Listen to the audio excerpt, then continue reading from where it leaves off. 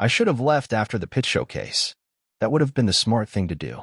Just shake a few hands, fake a few smiles, and head back to the Airbnb with my dignity still in one piece. But no, I stuck around. Vincent was holding court near the bar, laughing too loud and talking with his hands like he was auditioning for a commercial. Lila stood next to him, sipping wine like she belonged in his world. I watched her out of the corner of my eye. The way she leaned in when he talked, the way she laughed a half-second too long. I knew that laugh. I'd spent 3 years building something with her, mentorship, friendship, something maybe more, and now she was using that same laugh on a guy she met 30 minutes ago. I was about to slip out when Vincent raised his glass and said, "To the real coders, the ones who don't just talk, but actually deliver." I turned around, because I knew that was meant for me. He smiled at me like we were old pals. "Right, Mateo? You're still pushing commits these days." Lila laughed and nudged him. "Careful. Mateo might take that as a challenge." I forced a smile. "Not unless we're setting up a team hackathon tonight." Vincent sipped his drink, then grinned. "Actually, you know what would be fun? A little showdown. For old-school bragging rights." Lila raised her eyebrows. "A code-off? God, I haven't seen one of those since undergrad." "It'll be fun," she said, locking eyes with me. "Come on, Mateo. Don't be shy. Fun, right?" "Sure." We ended up at the side of the event space, someone pulling out a MacBook, crowd gathering like this was fight night in Vegas. I told myself it didn't matter. I told myself I didn't care. But when Vincent rolled up his sleeves and cracked his knuckles like this was some kind of duel, I knew I had to win. 10 minutes. Same problem. Most efficient solution wins. The moment we started, the room faded. Just me, the keys, and the screen. My fingers moved on instinct. This wasn't new. This was my arena. Vincent stalled halfway through. Tried to brute force his way in. I saw the exact line where he'd get stuck, and sure enough, he did. I finished in 6 minutes flat. Everyone clapped. Even a few whistles. Vincent looked like he'd swallowed a lemon.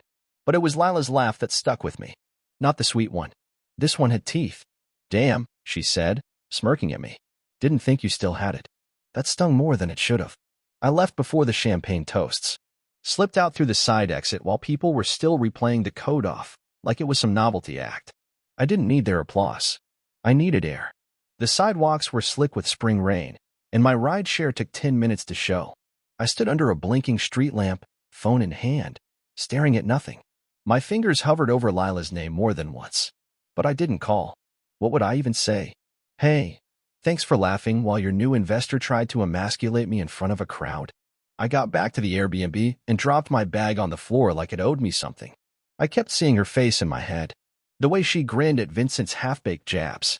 The way she looked through me, not at me. It wasn't just the laugh. It was everything behind it. That cold shift, the way people act once they know they've outgrown you. I sat on the edge of the bed, elbows on my knees, staring at my shoes for what must have been a full hour. The part that really got me? She used to defend me. Back in the early days of the accelerator, she'd pull me into meetings just to give me credit for the tools I built. Told other founders that I had a genius brain with a broken filter. Said it like it was a compliment. Now I was just the warm-up act. The relic. She didn't come back to the Airbnb that night. I didn't text. Didn't call. Just watched the clock crawl past midnight. Then 1, then 2. At some point, I got up and walked into the kitchenette. Not because I was hungry, just because I couldn't sit still. Around 3 a.m., I checked her calendar. I wasn't supposed to, but we still had shared access through the accelerator platform. Old habit. She'd left it open from back when she couldn't keep track of investor meetings and wanted me to help manage her week. There was nothing on there for tonight, or the day before, but she'd blocked off time under miscellaneous twice. That wasn't like her. Lila was obsessive with labels. Every slot color-coded, every meeting tagged. That was the first red flag. The second? Her location history on our rideshare account showed a drop-off at the Pinnacle, a luxury co-working space with a private rooftop suite. Around 11:40 p.m., she still had access to the company travel account. My company. My card. I didn't say anything. Just opened a browser and quietly downloaded a location tracking app. One of those quiet ones, the kind that doesn't send push alerts. I installed it on her phone using an old device sync I still had access to. It took all of 10 minutes. I didn't feel guilty. I felt ready. The next morning, I was calm. Too calm. The kind of calm that comes after something inside you breaks and there's nothing left but cold clarity. I didn't shave. Didn't shower. Just poured some stale hotel room coffee and waited for the dot on the tracking app to move. It did at 10:12 a.m. She was at the Pinnacle again. Same building. Same location marker. Still nothing on her calendar. I grabbed my keys and left without even finishing the coffee. The drive took 15 minutes, maybe less. I parked 2 blocks down and walked the rest of the way. My heart didn't race. My palms didn't sweat. None of the usual signs. It was like my body already knew what was waiting for me. The building was sleek and glassy, all white interiors and gold accents, like it was designed to make startup founders feel rich before they ever raised a dollar. I toured it once. Knew they had a private top-floor suite marked Founders Retreat. Reservation only. Discreet. No paper trail if you paid in crypto or company perks. I stayed in my car across the street. At 10:41, I saw them. Lila and Vincent. She stepped out of a black SUV first, sunglasses on, hair down, laughing at something he said. Vincent followed, hand on the small of her back like it belonged there. Not flirty.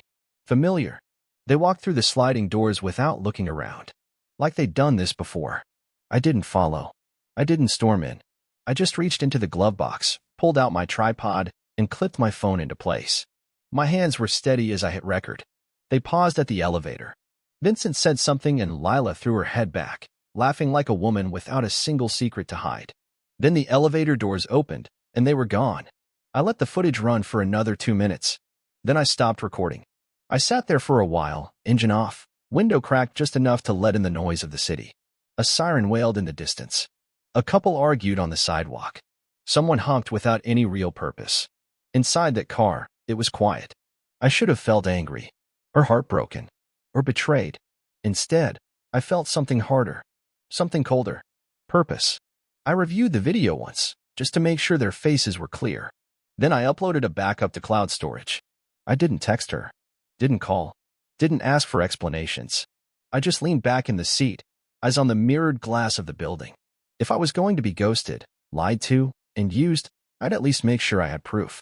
The front desk staff didn't even blink when I walked in. That's the thing about confidence. People assume you belong. I wore my company jacket, badge still clipped on, laptop bag slung over my shoulder like I was just another founder checking in for a demo day rehearsal. The Pinnacle's elevator dinged softly as I rode up alone, my thumb brushing the cold edge of the flash drive in my pocket. Backup number 2. I wasn't nervous. I was past that. At the 10th floor, a clean-cut concierge greeted me with a plastic smile. "I'm here to drop something off for Lila Tran," I said, setting the laptop bag on the counter. "Founders Retreat Suite.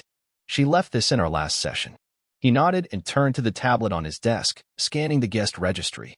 "She's in 10R, he said after a pause, a little slower now. "I can deliver it if you'd like." I smiled. "I'm under her team account.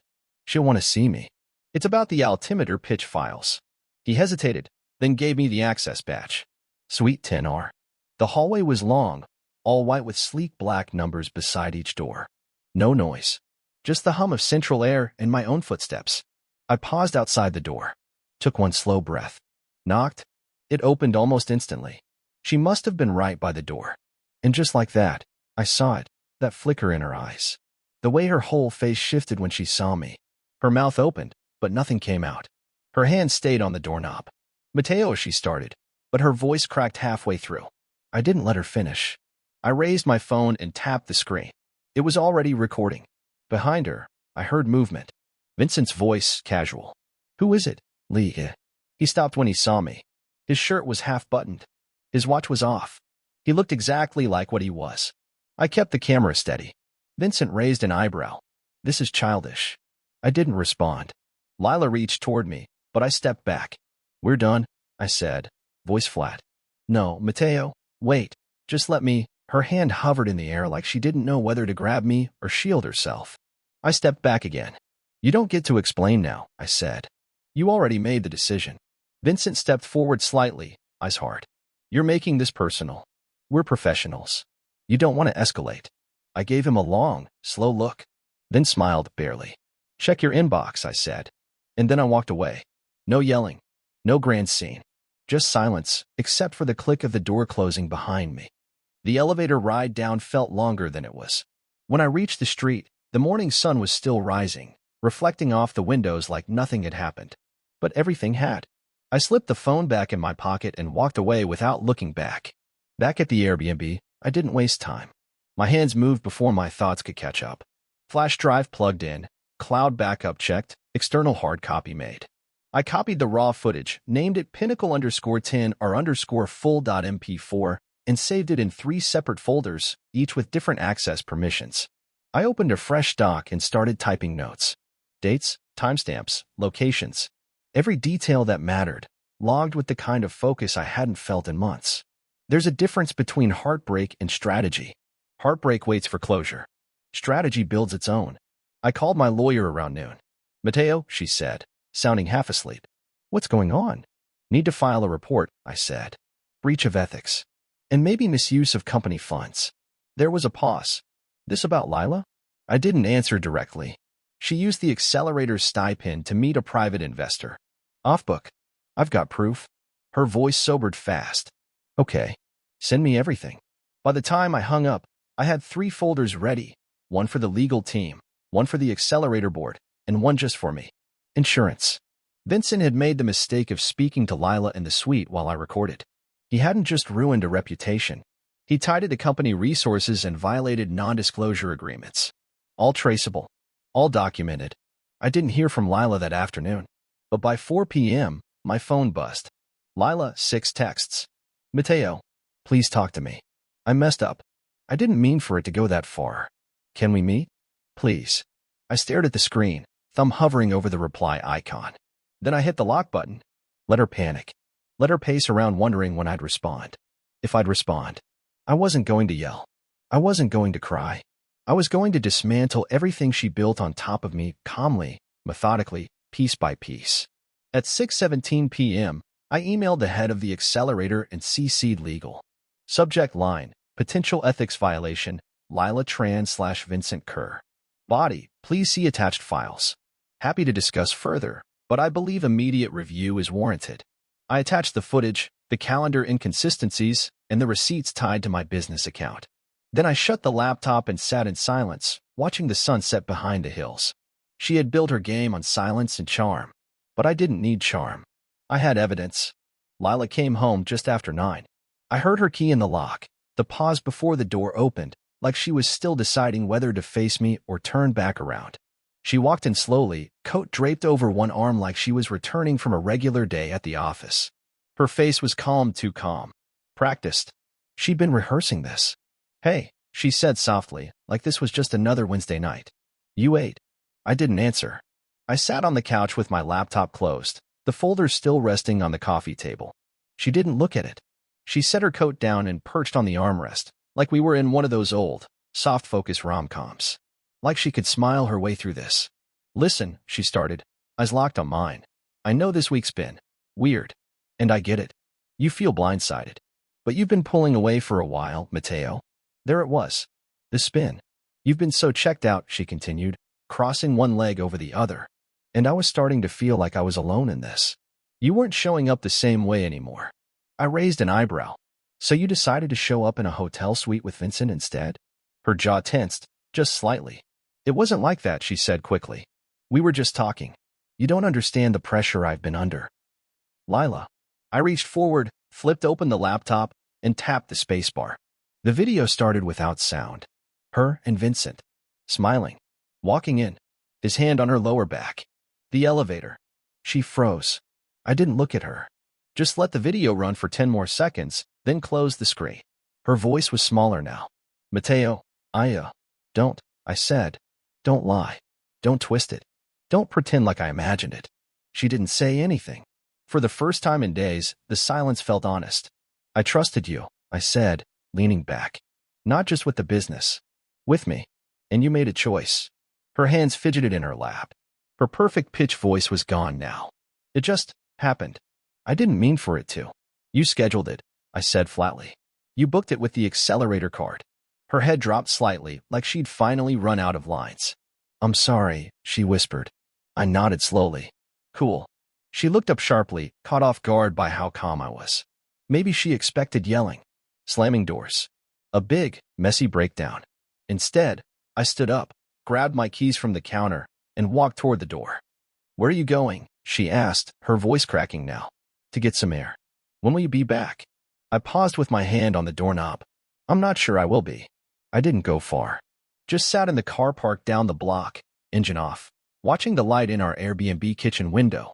A soft amber glow against the dark. She paced a few times. Then nothing. I waited 40 minutes before going back. When I walked in, Lila was sitting on the floor against the couch, her shoes off, a half-full glass of wine beside her. She looked up, eyes red but dry. You came back, she said quietly. Not for long, I replied. She stood, brushing her hands on her jeans. Can we please just talk? We already did, I said, heading for the closet. I grabbed one of the spare duffel bags and tossed it on the couch. You've got until tomorrow to get your stuff out. Her mouth dropped open. Wait, what? You heard me. The lease is in my name. The card is mine. Everything tied to this trip, this company, this apartment, you're on it because I put you on it. She blinked like she hadn't really thought this far ahead. You can't just, Mateo, we're still in the accelerator. I need a place to. Then you should have thought about that before you booked a suite with a guy who keeps trying to poach early-stage startups behind closed doors. That wasn't that she stopped herself. Tried again. It was a mistake.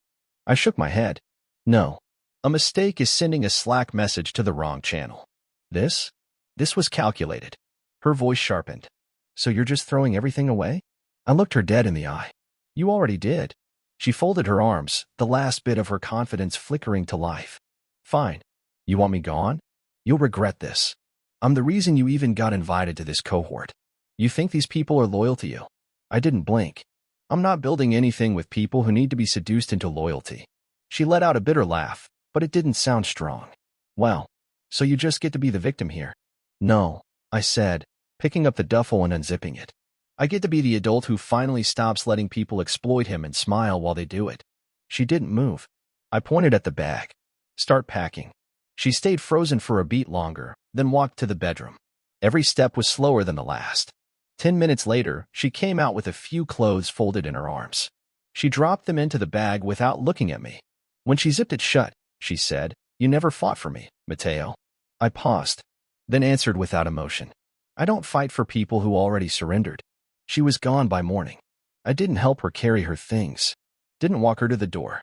I just sat at the kitchen table with a mug of coffee, watching the steam rise as she pulled the suitcase out behind her. The door clicked shut with a soft finality. The silence was warm. I didn't feel victorious. I felt finished. A few hours later, I got the first text from Vincent. Let's not escalate this further. We're professionals. No need to ruin reputations over misunderstandings. No greeting. No apology. Just that smug tone dressed up as reason. I didn't respond. Instead, I uploaded the footage cleanly edited, no commentary, to a private link. I sent it to one address, the legal counsel of VentureNest, the firm behind the accelerator program. BCC to the board. Then I replied to Vincent with 3 words. Check your inbox. He never texted back. By sunset, I had a missed call from a number tied to his VC fund. I didn't answer.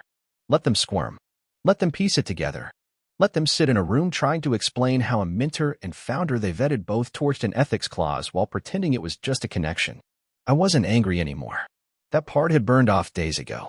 What I felt now was clarity. I saw myself clearly for the first time in months, not just a guy who wrote code and stayed late to clean up after other people's messes. Not just a mentor, or a backup plan, or the reliable one. I was the man who stayed silent too long, and then stopped. The emails kept coming all week. Vincent's reputation took a hit, harder than I expected. Investors don't like risk, especially when it comes in the form of secret hotel meetings and NDA violations. Lila's cohort access was suspended pending review. That was the phrase they used in the official statement. She never messaged me again. One night, I logged into our old Git repo. Her last commit was a half-finished feature. Sloppy, rushed. She probably thought I'd clean it up. I didn't. I closed the tab and opened a new one. Started building something else. Something from scratch. Because the thing about being underestimated is, eventually, people forget you know how to start over. And when they finally realize what they lost, it's already too late.